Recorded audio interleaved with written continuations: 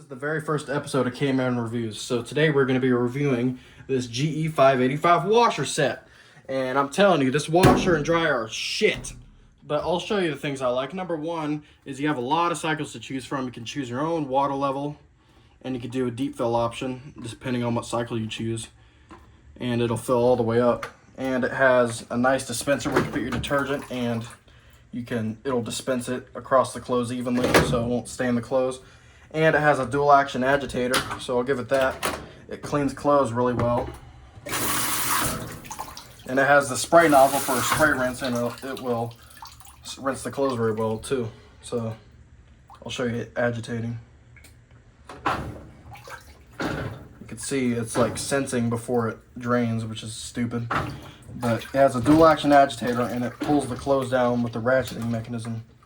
But that's all that's good about this washer here. Let's move on to the dryer now. As you can see, it has the same cycles. You could do the sound on each or turn it off. Multiple levels of drying. You could do time dry up to 99 minutes. And also you have a wrinkle care option, which is really good for getting the wrinkles out of clothes. And you have a really big capacity in this as well as this. But that's where the good things end. Let's start with what I hate about the washer. Number one is the terrible quality. This washer was built in China because GE is now owned by Haier, and this washer is only 6 months old, and the transmission's already starting to go bad. You can hear the clicking when it clicks. I don't think that's normal. And also, when I looked under it, it was starting to leak grease everywhere. It was dripping. And I'll show you that clip after I'm done reviewing this. But also, it can get off balance real bad, and it bangs. And the quality of this washer is just not up there. Look at this. It's just really bad. And the lid is plastic mostly, and it creaks sometimes. And also, when we first got the dryer, it was making a real bad clunking noise. So also, these appliances take forever. So if I wanted to do a normal cycle and I put it on the maximum water level and I select deep rinse and I select heavy soil, it's gonna take an hour and a half to wash my fucking laundry. Who has an hour and a half to wait to if someone shits their pants? Who's gonna wait an hour and a half to get them clean? So this set is just not good. It's only 6 months old, and the transmission's bearing is starting to go out. As you have seen in the short I posted, it's already starting to go out, and it makes a clunking noise while agitating too. And also, about the dryer, it clogs real easily, so to clean the vent down there, you have to take the whole drum off to clean the blower housing. Or they could have just put it up here like Whirlpool does on their dryers. But yeah. This, I'm telling you, these are not high quality at all. They are made in China. So if you want to get a new washer today and you're on a budget, get into Mana. Manas are actually very good washers.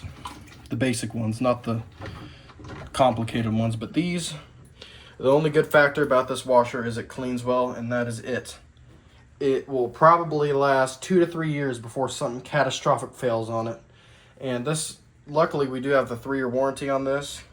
But once that warranty's up, your $1,200 washer set is inevitably useless because they want you to throw it away and get a new one and repeat the cycle all over again because they use plastic parts and they will start to grind when you load it with heavy loads. And we do not overload this. We rarely put it above the halfway point. So now I'm going to show you the clip of me taking the washer off and diagnosing the problem. Alright, so that's what the underside looks like. Doesn't look bad. I think I'll take this pulley off, see what it looks like under there too. Okay, here's what the pulley looks like. The drive mechanism. It doesn't look like it's worn or anything like that. This pulley also looks fine. So I have no idea what the squeaking noise is coming from. It doesn't really make much sense. If I turn this,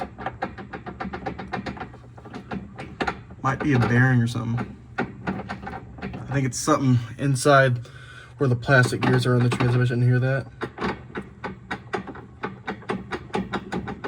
I think that's it. So I think the transmission's going out. This thing right here. There's a little hub inside of there where the gears are. There's 4 gears and they all move. And you can hear that.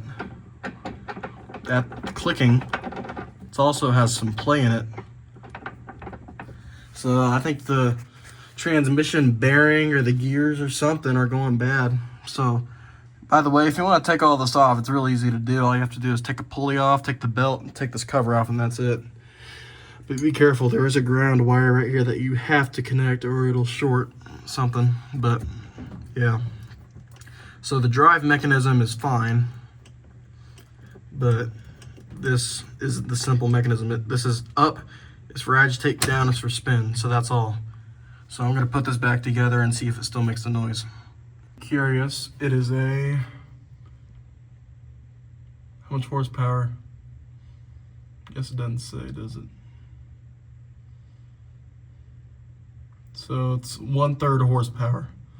That's not a lot, especially considering this washer's advertised as a 4.5 cubic foot.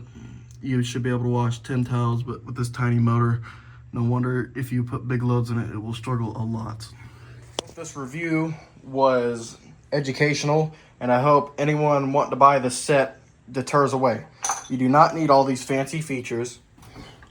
No one needs all these features. No one needs Wi-Fi on the washer. The more basic controls you have, the less controls you have, the longer it will last. And I hope this video helps.